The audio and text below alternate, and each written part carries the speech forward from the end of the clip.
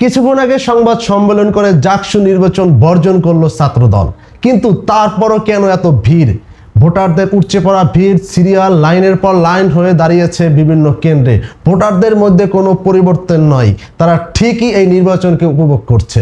তাইলে কেন ছাত্রদল এই নির্বাচনকে বর্জন করলো? তার মূল কারণ কি? তারা বিভিন্ন ইস্যু দেখিয়েছে যে নির্বাচনে ইলেকশন ইঞ্জিনিয়ারিং হচ্ছে, বিভিন্ন রকমের ছাত্র শিবিরকে সুবিধা দেওয়া হচ্ছে। যে ধরনের অভিযোগ তারা করেছে তা অনেকগুলোরই ভিত্তি নেই।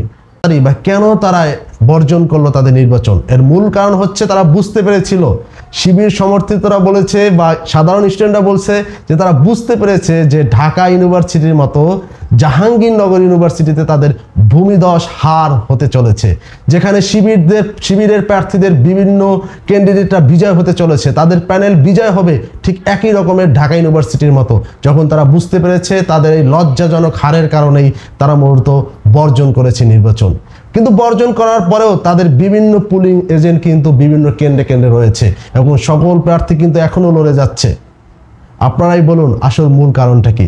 অনেকেই মনে করছে এই নির্বাচনের পরে যেন অন্য কোনো ইউনিভার্সিটিতে আর ছাত্র সংসদ নির্বাচন না হয়, তারই একটা ষড়যন্ত্র চলছে এই নির্বাচন বর্জন করার মাধ্যমে।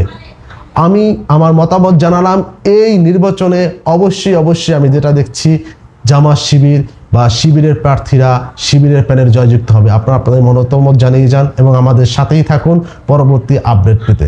আমাদের চ্যানেলটি সাবস্ক্রাইব করে রাখুন এবং ভালো লাগলে লাইক এবং কমেন্ট করতে পারেন। আল্লাহ হাফেজ।